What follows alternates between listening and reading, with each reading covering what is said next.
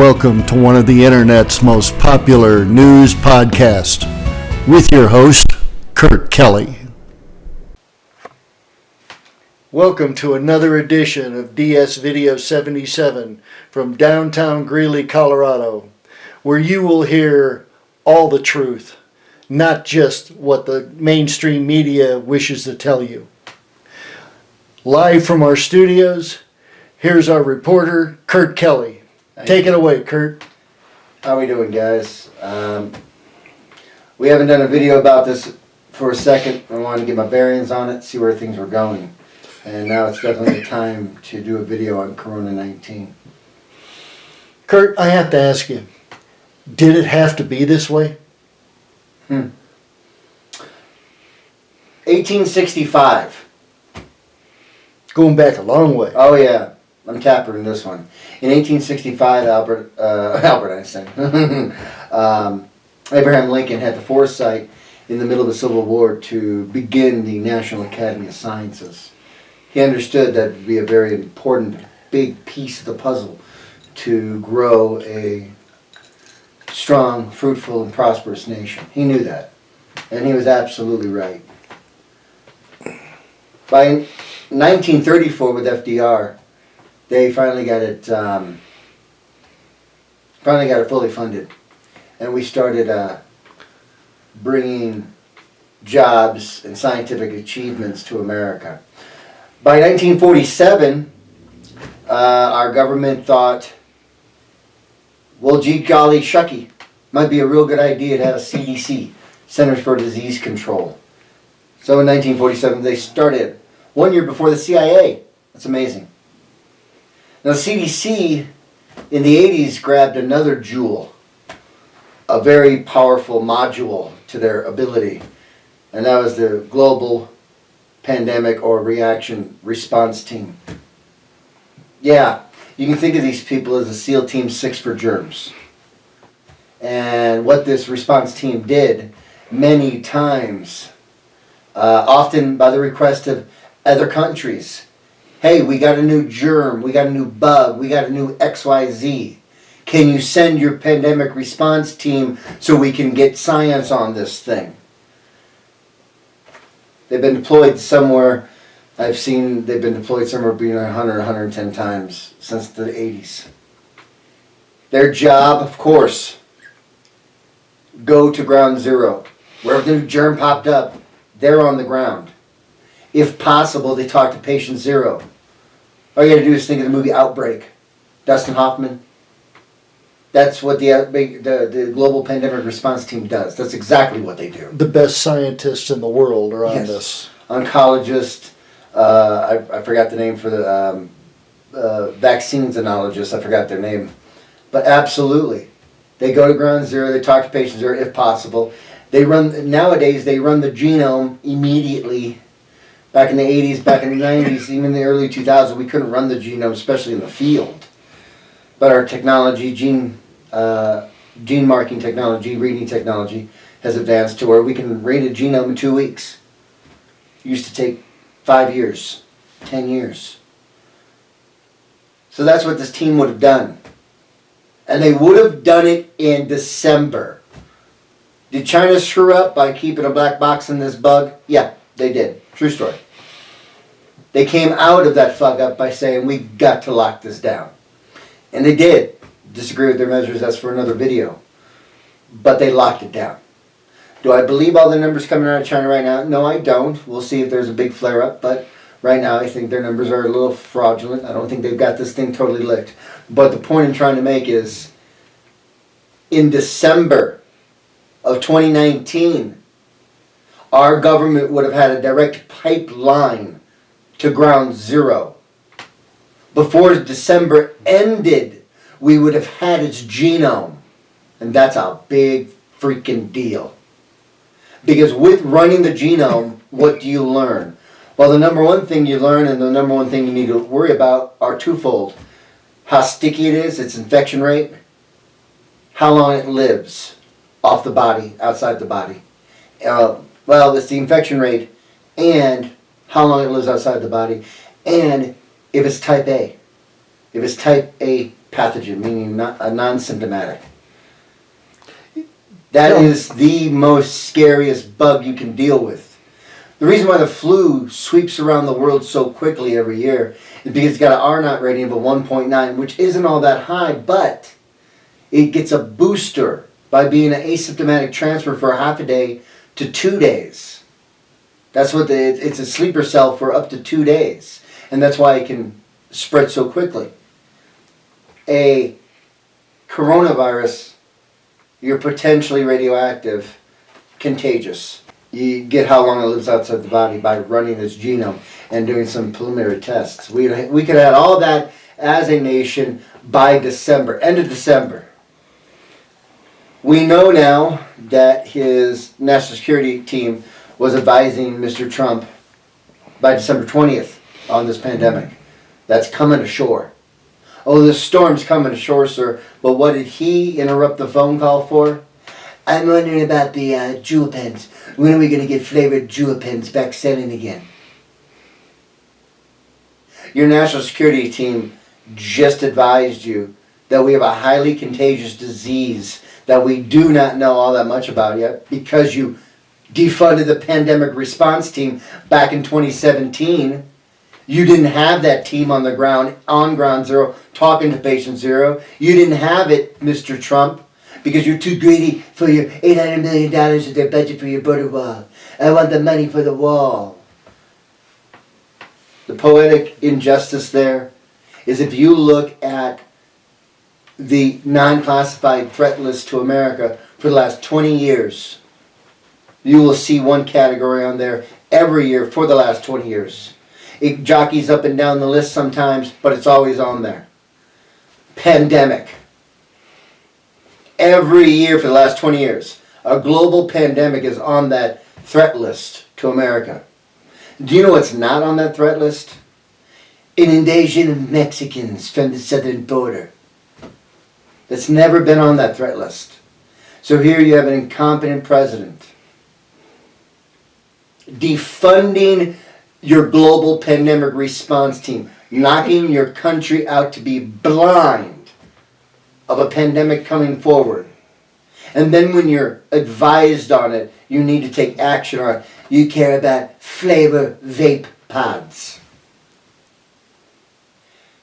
So to answer your question, no, it didn't have to be like this. We could have been 5 months ahead of this problem, not 2 months behind.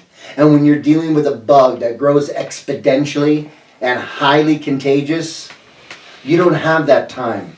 You don't have it if you want to save your lives of your nation, your economy, your jobs.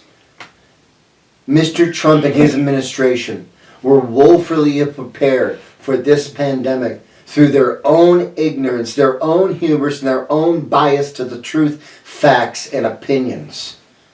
That is why America is in this pandemic today. We're going to have all your testing now. Testing. Oh yeah? Fun fact, the World Health Organization offered the test they were using through Germany, China, Japan, and South Korea. That was working perfectly fine. Newsflash. The World Health Organization doesn't lecture CDC. CDC lectures World Health Organization. That's the way this rank structure works. America developed the CDC because we were advanced and we were capable of doing so. The World Health Organization is for the rest of the planet, the nations that don't have a CDC. So the World Health Organization shouldn't ever be coming to the CDC saying, this is the way you do it, sir. It should be the CDC, like it has been since its inception of 1947. The CDC is the gold standard. Make America great again? Fuck you. You didn't make America anything again. You crippled it from its abilities. You took a beautiful, shiny, gorgeous empire and you kneecapped it like Tanya Harding. Through your hubris, through your arrogance, through your... Mr. Trump, who do you check on for advising? Well, I really do it by myself because I'm a super stable genius. No, really, I am. Have you ever read these signs? People just put these signs out. I don't know where they came from. But it says, Trump's a super stable genius. I've seen them all over the place. You haven't seen them? I have. That level of hubris kneecapped America's ability through its scientific engine that we've developed over the last 50, 70 years to defend this nation's life and economic treasure. But what does Trump say about the economic global pandemic response team? What does Trump say about that? You know, I'm a businessman. I don't like people just standing around. This is a country, not a company. You can't play this shit like Monopoly. And you bankrupt 6 fucking casinos. And the Kool-Aid drinkers are dumb enough to listen to your bullshit. You, sir, are the reason why by April 10th we'll have 1 million cases in this country. By the end of April we'll have 10 million cases in the country. You, sir, are the reasons why potentially, we don't have these numbers yet, but in my opinion we will. There'll be tremendous numbers. Numbers nobody's ever seen before. People can't even contemplate these numbers. Well, Mr. Trump, let me give you a headline for your future. You don't know this is coming because you're too stupid to understand what is going on. But let me give you a headline for your future. Under President Trump, more dead than all American wars combined. That's a headline coming for your future. But you're too stupid to understand it's coming. What did he say about this? And your right-wing nuts are right with you. Oh, yeah. And what did you say about this? We have one person from China. It'll pursue me, God. We did a great job. I give myself a 10. I give myself a perfect 10. Please remember when he was mocking this, that was 15 cases, soon to be down to 0. It'll go away like magic. That was only 3 weeks ago. That was only 3 weeks ago. Now we're sitting above 100,000 people affected. 2,000 dead, and that number's going to explode. Because he's too stupid to understand what's coming for him. This is coming for him like a grim reaper. It doesn't sweat. It doesn't tell bad jokes. It only spreads. And it has no conscience. Doesn't care who you believe in. Doesn't care who you pray to. Doesn't care your economic standards. It spreads far and wide, and it's going to get who it gets. And with a 3.4 or an Italian 7% death rate, this thing's going to surf on your nation's health and your nation's healthcare system. I'm running through the numbers right now, and America's woefully unprepared to fight that battle. Why? China, national healthcare, 8.3 beds per 1,000 people. Italy, national healthcare, 5.9 beds per 1,000 people. America, private insurance healthcare, 2.8 beds per 1,000 people. In 1980, we had 1.5 million beds. Now we have about 1.1 million. What happened? Did our country shrink or grow? It obviously grew. What happened? Profit. That's what happened to your healthcare system. It's not profitable to keep spare beds. It's not profitable to keep spare ventilators. It's not profitable to keep spare N95 masks. It's not profitable to do that. So you don't have them. Could you address a little bit about how the conservative mentality is spreading this disease and going to kill hundreds of thousands of Americans? You mean millions? Sure, well, happily. The conservative mind and a liberal progressive mind. Both very powerful. Both have tons of energy running through them. Both can think about a lot of things. The problem is how you absorb information and what you allow past your logic wheel. The big dip in the road here is religious-based, objective truth, scientific-based. That's the bump in the road here. I want all of my churches open by Easter. I want to pack it. You know, Easter's a special day for me. I fucked Melania's second mistress on Easter twice. So it's a special day for me. She was at home, I think, pregnant with Barron. I'm not sure. Is that his name? But I want my churches packed by Easter. There's your conservative brain for you. That's all you need to know. The governor of Mississippi this morning. We not lock out the states. We're Mississippians. We're going to stay open. I got a feature headline for you, Mrs. Governor. Hundreds of thousands dead in the state of Mississippi. I mean, you talk about America's healthcare system. You want to zero that down to a state's healthcare system. New York, okay, let's talk about it. I'm sure it's pretty badass, and it's getting whoppered. It's getting handled right now. You want to look at the state of Mississippi? Oh, yeah, let's look at the state of Mississippi. It will be overran in a week. It'll be woefully overran in 2 weeks.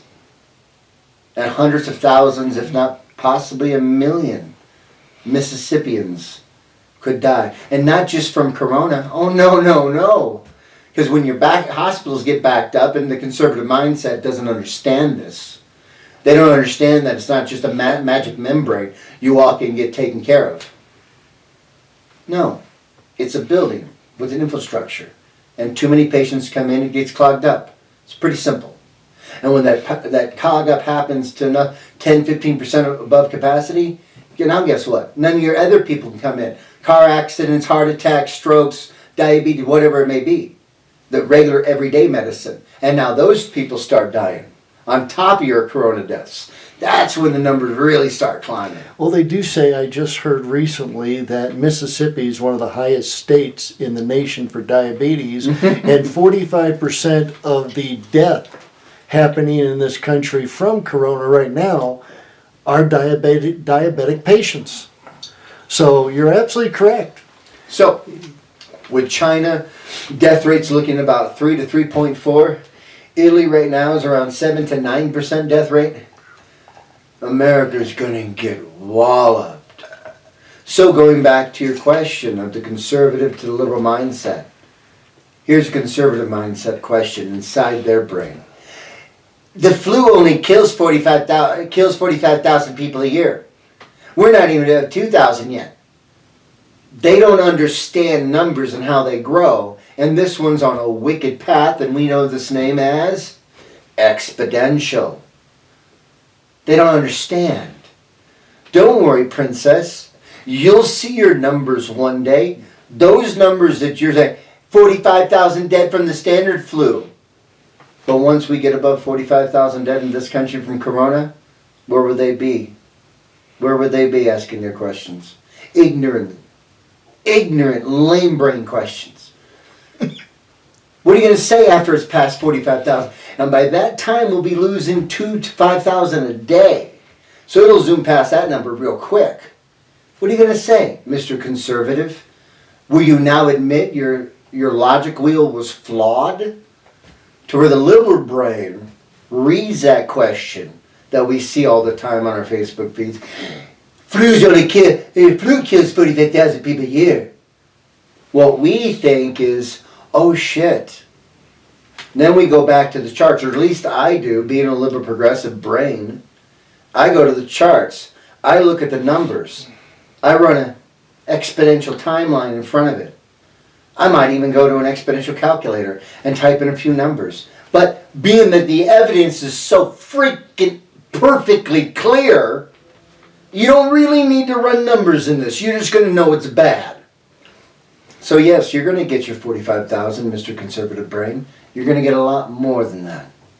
And if Trump does what he wants to do by reopening this nation by Easter, and for my next trip, kids, I shall pour this 1,000 gallons of gas on this open flame. That's all that will be. Thank you, Kurt, for all this incredible information. That was very helpful, and I'm sure a lot of our viewers are really going to appreciate this. From downtown Greeley, we want to say thank you and stay tuned for our next show.